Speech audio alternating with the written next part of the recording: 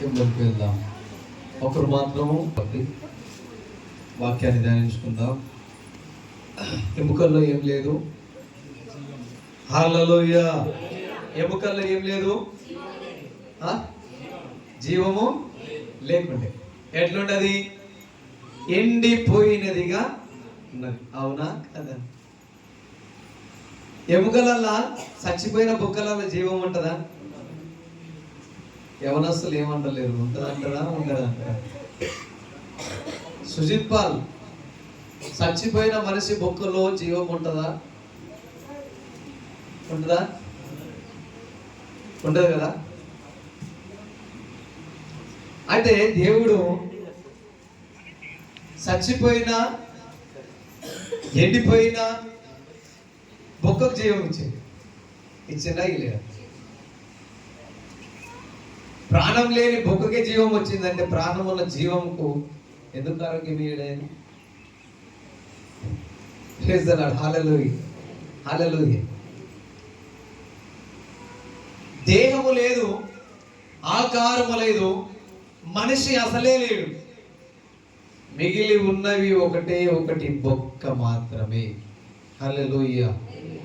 దేవుని మాటలో ఏముంది? దేవుని మాటలో జీవం ఉంది. దేవుని మాట బహుశక్తి కలిగినది. ఆ మాట ఏమిటో చూద్దాం.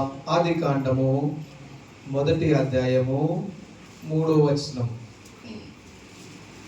దేవుని మాటకు శక్తి ఉందా లేదా?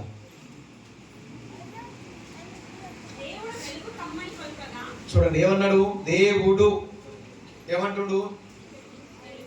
అందరూ ఒకసారి చూడండి ఆ మాట. అందరు చూడండి. దేవుడు వెలుగు కమ్మని పలకగా. హల్లెలూయా. దేవుడు ఏం చేసినాడమ్మా? వెలుగు కలుగును గాక అన్నాడు. వెలుగైపోయింది. ఆకాశము, సూర్య చంద్ర నక్షత్ర తారములు సమస్తమును కలుగును గాకంటే కలిగినాయి. ఆయన మాటలో ఏముంది? శక్తి. ఆయన మాటలో శక్తి ఉంది. ఆయన మాటలో జీవము దాగి ఉంది. ఆయన ఒకటే మాట అన్నాడు, ఆకాశము ఏమన్నాడు?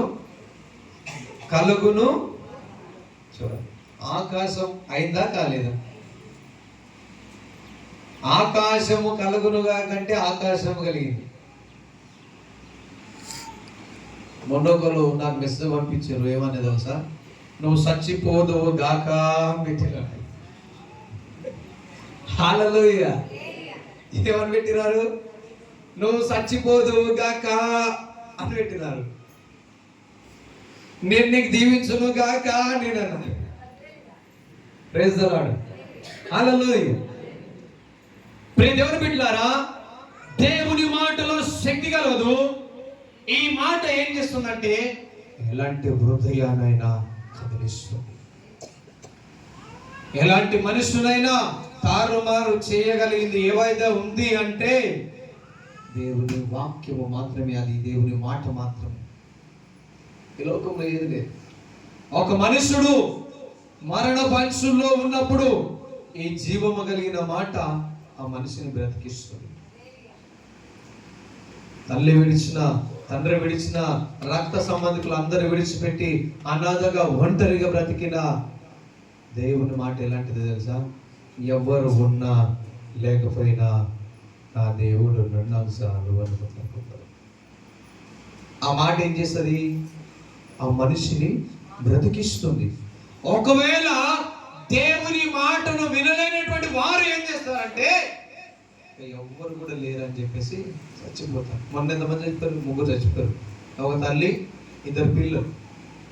ఒకవేళ వారికి దేవుని గురించి తెలిసి ఉంటే వారు చనిపోయేటోళ్ళుగా.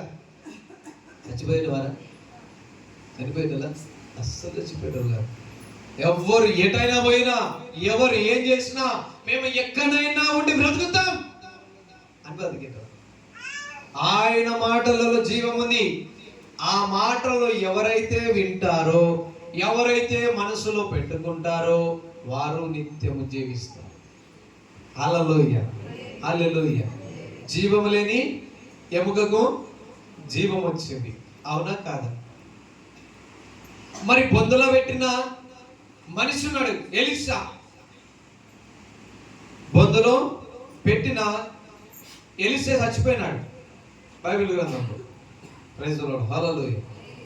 ఎలీషా చనిపోయినాడు, సమాధిలో పెట్టినారు.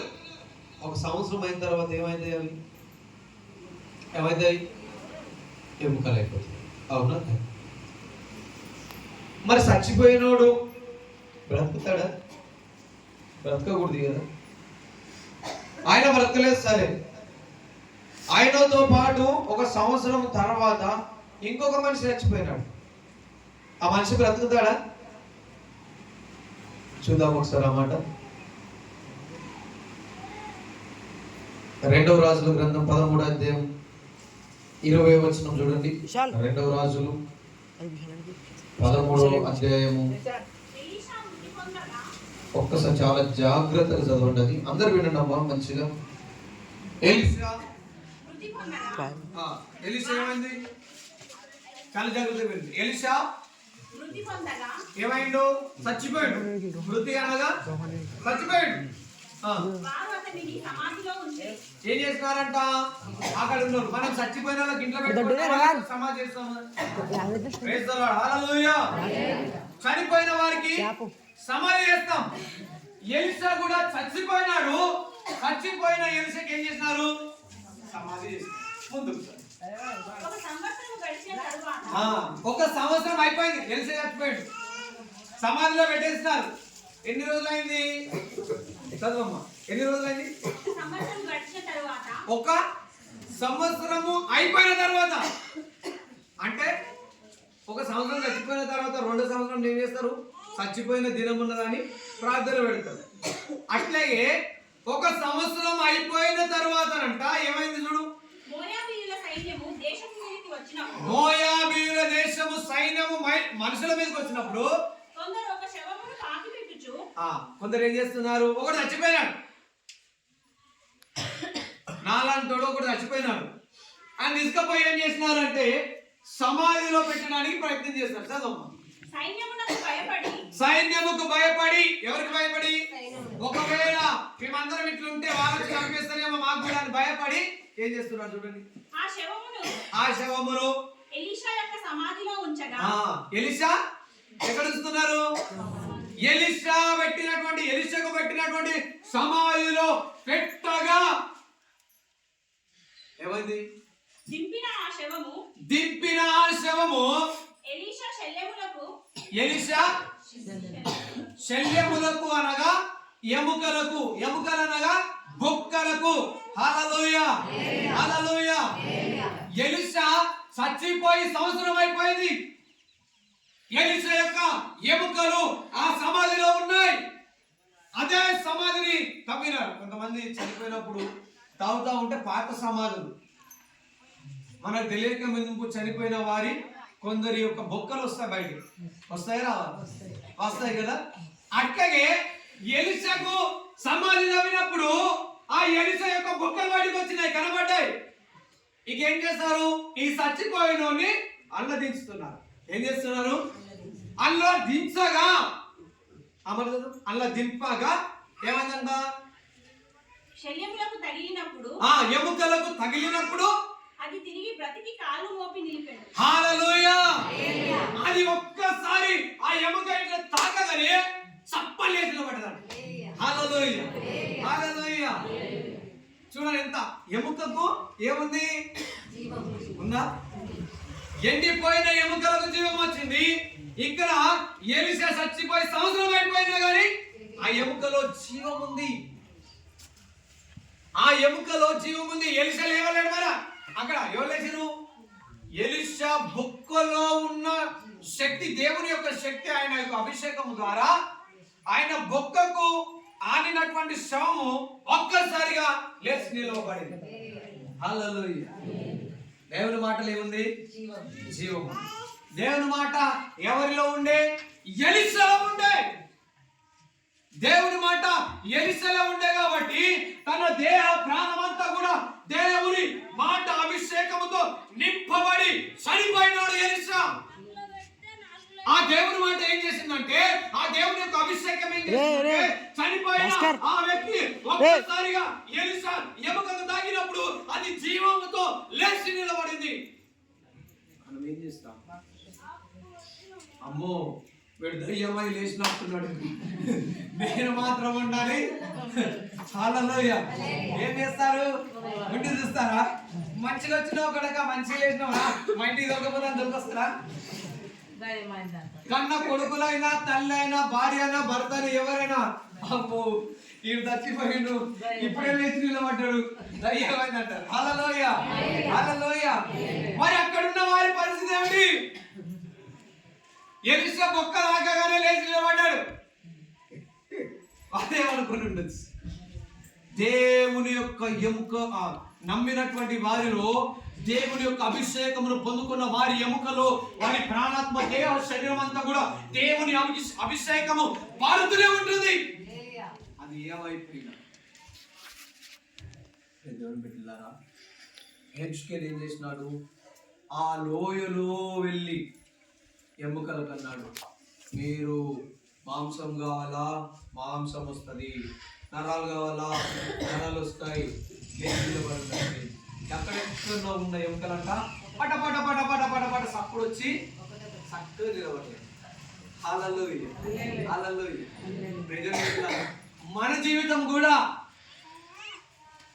అప్పులని, వేదనని, చింతని, నిందని, అదని ఇదని ఏదో ఒక విషయంలో మన బ్రతుకు కూడా దేవుని నుండి దూరముగా పడవేయబడుతుంది.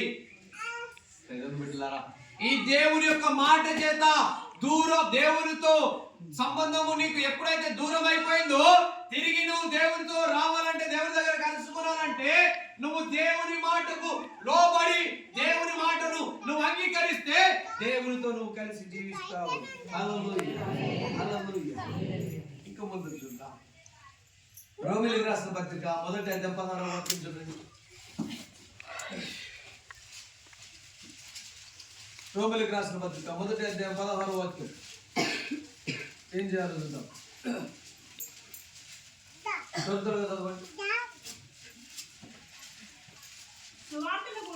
సువార్తను గురించి ఏమిటి గురించి అంట? దేవుని యొక్క సువార్తను గురించి.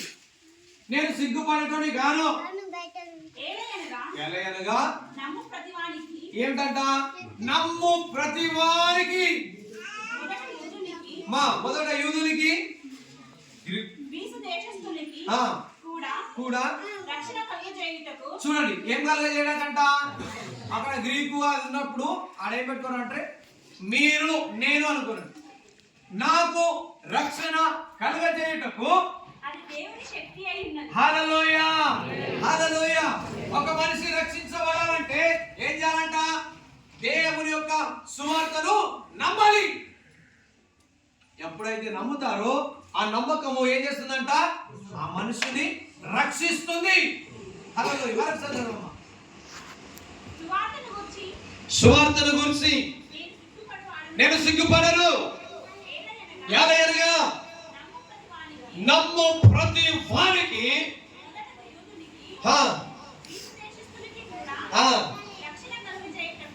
దేని కొరకంట? రక్షణ కలగ చేయుటకు. అది దేవుని శక్తి అయి ఉన్నది. ఒక మనుషుడు రక్షించబడాలంటే దేవుని మాటకు లోబడి జీవించాలి. అప్పుడు ఏమవుతాడు? ఆ మనుషుడు రక్షించబడతాడు. అది ఆ వ్యక్తికి ఒక శక్తిగా మార్చబడుతుంది. హల్లెలూయా, హల్లెలూయా. 6వ అధ్యాయం 23వ వచనం. 6వ అధ్యాయం 23వ వచనం కూడా. ఏలయనగా పాపం వల్ల వచ్చిన మరణము, అయితే దేవుని కృపావరము మన ప్రభు అయిన యేసు క్రీస్తునందు. హల్లెలూయా. మనకేం కావాలి?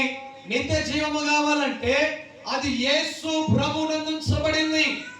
ఉందా లేదా? ఎలీషా ఎవరు నమ్మినాడు? దేవుని నమ్మినాడు. ఎలీషాలో దేవుని ఆత్మ పనిచేస్తుంది, దేవుని అభిషేకం పనిచేస్తుంది కాబట్టి చనిపోయిన మనుషునికి ఎలీషా యొక్క ఎముక తాకగా ఒక్కసారిగా లేచి నిలబడ్డాడు. హల్లెలూయా, హల్లెలూయా.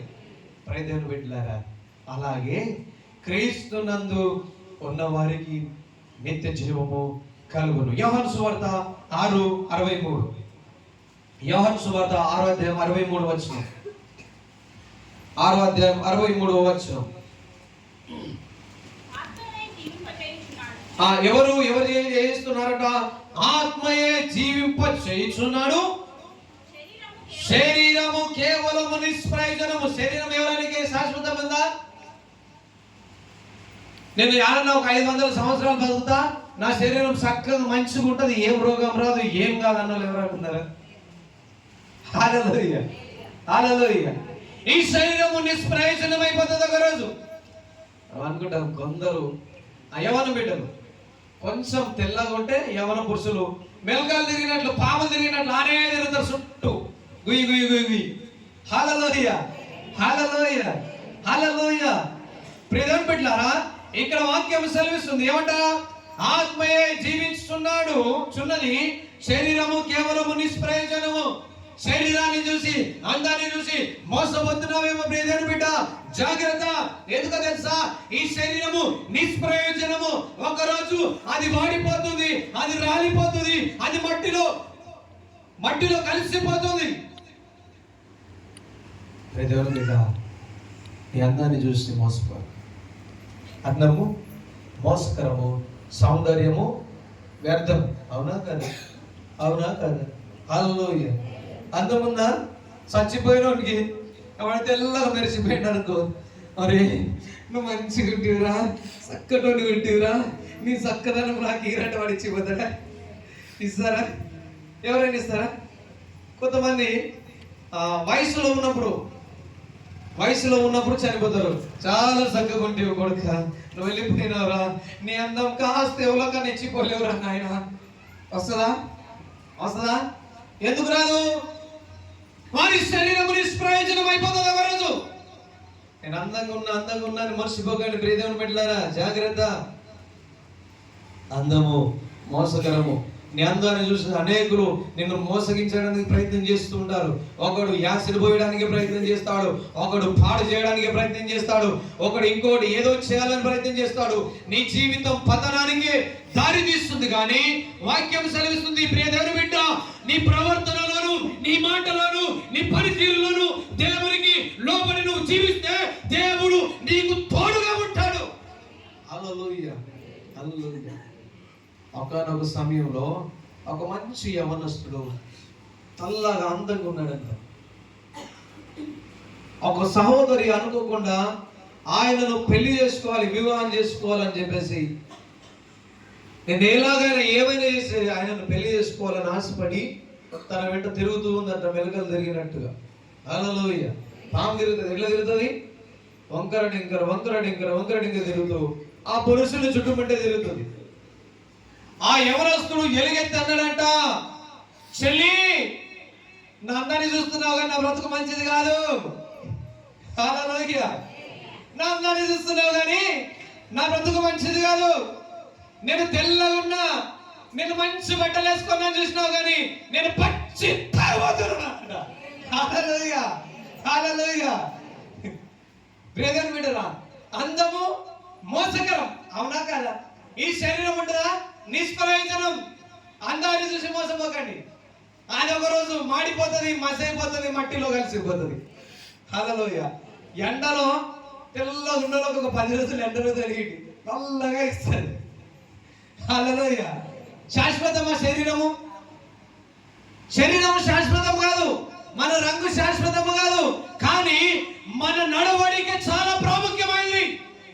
మన జీవితము ఏ విధంగా పవిత్రంగా ఉన్నామా, పరిశుద్ధంగా ఉన్నామా, అపవిత్రంగా ఉన్నామా, ఇది మాత్రమే పని చేస్తుంది.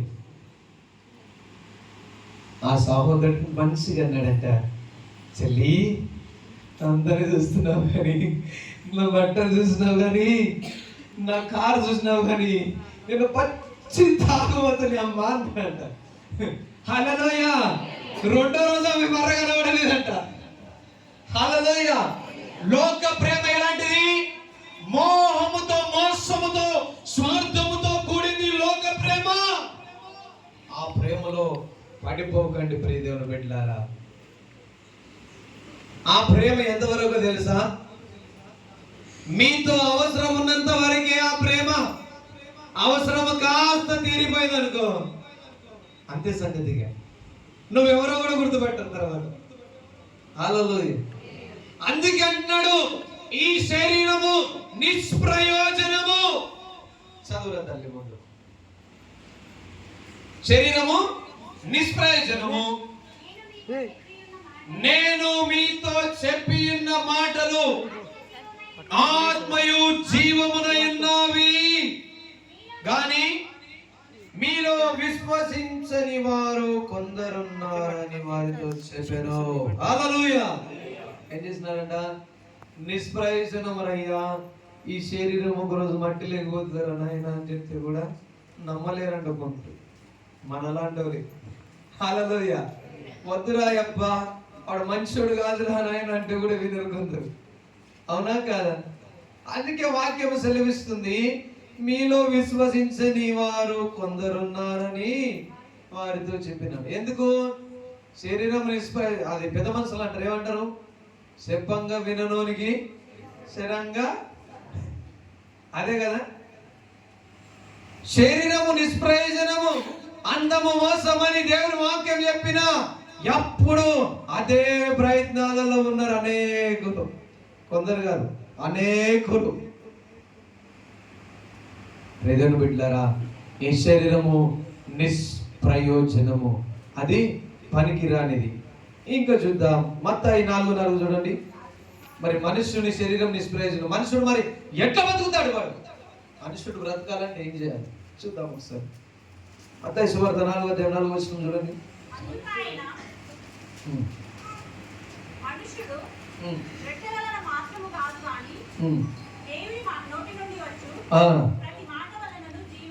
హల్లెలూయా, హల్లెలూయా, హల్లెలూయా. మనుషుడు దేనివల్ల? రొట్టె వల్ల కాదు. నేను రొట్టె తింటేనే బతుకుతా, నేను లేకపోతే బతుక అనుకుంటారు. శరీరం కోసం సంతోషం. మరి నీ ఆత్మ ఉన్నదా చచ్చిపోయిందా? ఈ శరీరం ఏమైనా పానం పోతే ఆయన నాకు తీసుకుపోయి పెట్టేయగలరని ఎంత బుగులు కదా మనుషులకు. జ్వరం రాగానే 4 టీకాలు తీసుకొని వస్తాడు. శరీరం కోసం బుగులుంది. ఎందుకు? నేను ఏడ చచ్చిపోతే నాకు ఎడ మందులో పెట్టేస్తారు. హల్లెలూయా. కానీ ఆత్మ కోసం భయం లేదు మనుషులకి. శరీరము, ఈ ప్రాణము ఈ శరీరంలో నుండి పోగలదని బుగులు బట్టి హాస్పిటల్లో చుట్టూ లక్షల రూపాయలు చేస్తున్నారు. కానీ అంతకన్నా ప్రాముఖ్యమైన ఆత్మ నరకంలో పడుతుందని ఒక్కరు గ్రహిస్తలేదు. ఈ శరీరము కన్నా నీ ఆత్మ ప్రాముఖ్యమైంది. శారీరకపరమైన జీవితము కన్నా ఆత్మీయపరమైనటువంటి జీవితమే చాలా ప్రాముఖ్యము. ఈ శరీరంలో ప్రాణం పోతే తీసి మట్టిలో పూడ్చేస్తారు. కానీ ఆత్మ ఒకవేళ నువ్వు మారు మనసు పొంది రక్షించబడితే దేవుని నిత్యంలోకి నడిపించబడతావు. ఒకవేళ నీలో మార్పు లేకపోతే, నువ్వు దేవుని మాటకు లోబడబడితే నిత్యము నరకములో అగ్నిలో పగ అంటే అగ్నిలో కాల్చబడతావు. దరిద్రుడు ధనవంతుడు ఇద్దరు. దరిద్రుడు దేవుని మాటకు లోబడి బతికినాడు. ధనవంతుడు గర్వముతో స్వార్థంతో బ్రతికినాడు. ధనవంతుడు ఏమన్నాడు? లజరు నీ ఏంటి ఆ చిటికని వేలుతో నీళ్ళు చొక్క చుక్కయ్యప్ప, నేను చచ్చిపోతాను నాయన. ఈ మంటలో నేనుండా, ఒక్క చుక్కే నేను పోతాను నాయన.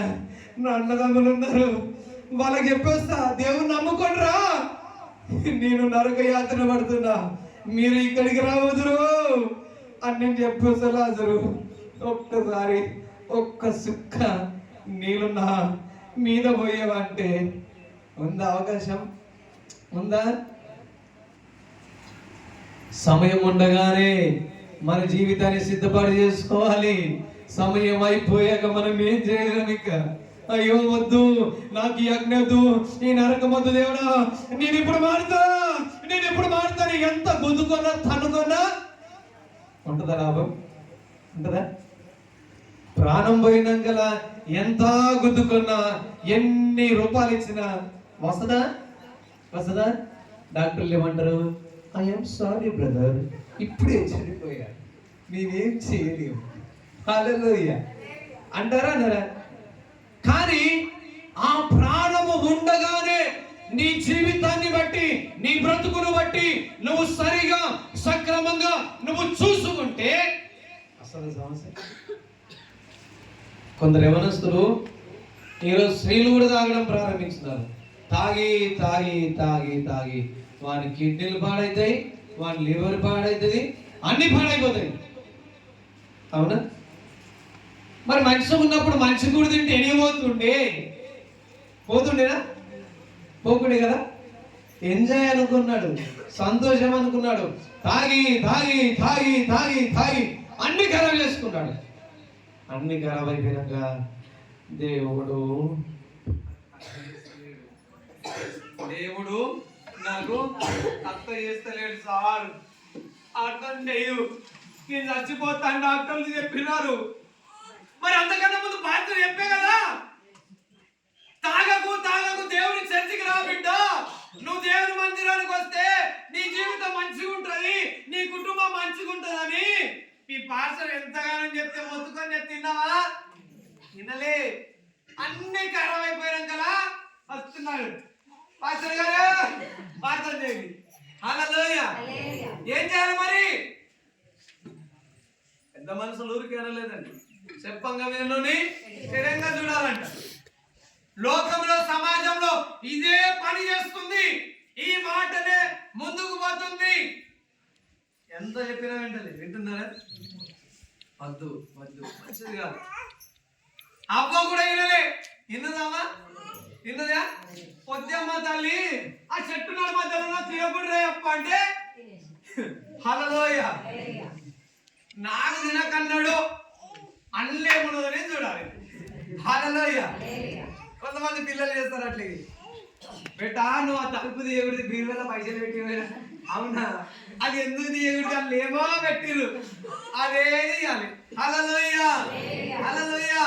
అమ్మ కూడా అదే పని చేసింది, తిరిగి ఏం తెచ్చుకుంది? మరణమును కొని తెచ్చుకుంది. హల్లెలూయా. ఈ శరీరము నిష్ప్రయోజనం. కాబట్టి మనుషుడు రొట్టె వలన కాదు కానీ దేవుని మాట వలన బ్రతుకుతాడు. ఆ మాటనే కదా ఆకాశము తయారు చేసింది, ఆ మాటనే కదా లోయలో పడి ఉన్న ఎముకలకు జీవమును కలుగజేసింది. ఆ మాటనే మనము నిరాకరిస్తున్నాం, ఆ మాటని మనం వింటలేం. జీవము కలిగింది దేవుని మాట అంటే జీవం లేని లోకములో ఉన్న మాటలు వింటున్నాం, కానీ జీవం కలిగిన మాటలు మనము వినలేకపోతున్నాం. అందుకంటాడు యోహాను సువార్త 14:6. యోహాను సువార్త 14:6. నేను తొందరగా ముగిస్తా, ఎవరు అధైర్యపడకండి. త్వరగా చదవండి. యోహాను సువార్త 14:6 సెకండ్ 1. కీర్తన 119:50 కూడా రెడీ పెట్టుకోవాలి. యేసు నేను ఈ మార్గమును సత్యమును జీవమునై ఉన్నాను, నా ద్వారా తప్ప ఎవడును తండ్రి యొద్దకు రాడు.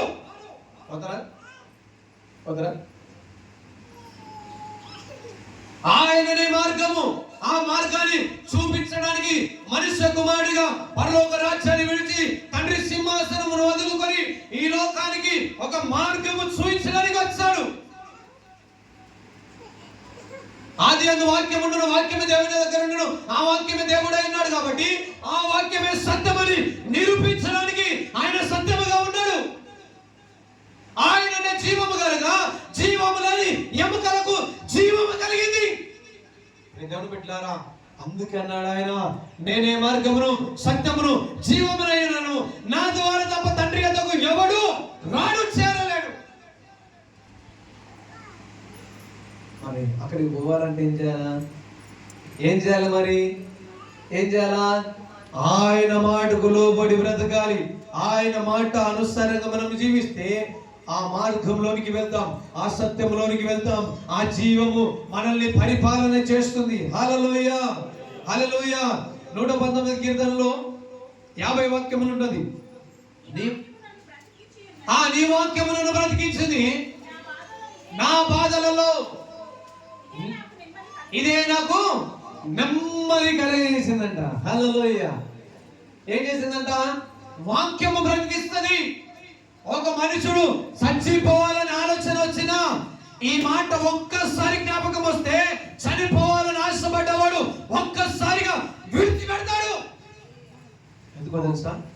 నా దేవుడు చెప్పినాడు, దేవుడు మాటలు చెప్పినారు, అందరూ ఒకరోజు విడిచిపెడతారు, అందరు చచ్చిపోతారు, నేను ఎందుకు చచ్చిపోవాలి? దేవుడు చెప్పినాడు కదా, నేను నీకు తోడై ఉన్నాను, ఆయన ఉన్నాడు కదా నాకు అనే మాట ఆ వ్యక్తికి ఎప్పుడైతే ఆలోచనకు వస్తుందో చచ్చిపోడు. హల్లెలూయా, హల్లెలూయా, హల్లెలూయా. అందుకంటాడు, నీ వాక్యము నన్ను బ్రతికించింది, నా బాధలో నెమ్మదినిచ్చింది. 1 కొరింథీ 1:18 త్వరగా ముగిస్తున్నా. 1 కొరింథీ 1:18 చూడండి. అక్కడ ఒక మాట ఉంటుంది.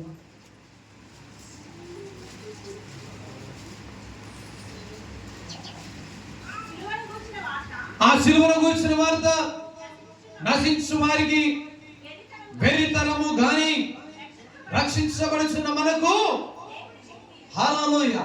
ఎట్లనంట? నశించిపోతున్నోడికి ఎంత చెప్పినా కానీ మనకి అర్థమవుతుందా? అర్థం కాదు. కానీ నమ్మిన వారికంటే అది దేవుని యొక్క మహాశక్తి అయి ఉన్నదంట.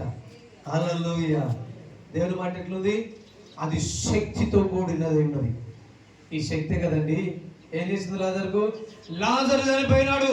ఇగో వాళ్ళ అక్కలు ఏడుస్తున్నారు, అందరు ఏడుస్తున్నారు. లాజరు చనిపోయినాడు, లేవడు. నమ్ము, విశ్వాసమంచు. లాజరు చనిపోలేదు, నిద్రపోతుండో. లాజరు దగ్గరికి దగ్గర వెళ్ళి దేవుడు చూసినాడు, లాజరు రా బయటికి. ఒక్కసారిగా లేపబడి లాజరు శరీరముతో బయటికి వచ్చేసినాడు. హల్లెలూయా. ఏం చేసింది ఆయన మాట? చనిపోయిన లాజరుకు జీవం పోసింది. పోసిందా? పోయలేదా? హల్లెలూయా. యాయూరు కుమార్తె కూడా చచ్చిపోయింది. యాయూరు కుమార్తె చచ్చిపోతే ఏడుస్తుంది, అయ్యో కుమార్తె చచ్చిపోయింది, కుమార్తె. కేవలం దేవుడు చిన్నారి నిద్రిస్తుంది కానీ చనిపోలేదు లేదన్నాడు. ఏమైంది? శరీరముతో లేపబడింది. హల్లెలూయా. విధవరాలు కుమారుడు చచ్చిపోయినాడు. లూకాసు వార్తలో ఉన్నది. విధవరాలి కొడుకు చచ్చిపోతే, ఒక్క కొడుకు చచ్చిపోయినాడు. ఎట్లా చేయాలి? ఏం చేయాలంటే, దేవుడు ఎందుకు ఏడుస్తున్నావు? నీ కుమారుడు చనిపోలే, బ్రతికే ఉన్నాడు, నిద్రిస్తున్నాడు అన్నాడు. లే అన్నాడు. ఒక్కసారిగా లేచిన బయట. హల్లెలూయా. ఆయన మాటలు ఏముంది? ఆయన మాటలో జీవం ఉంది. ఆయన మాటలో సమస్తాన్ని నిర్మించగలిగిన శక్తి ఉంది. అట్టి కృప దేవుడు మనకు తోడయ్యుండును గాక. ఆమేన్.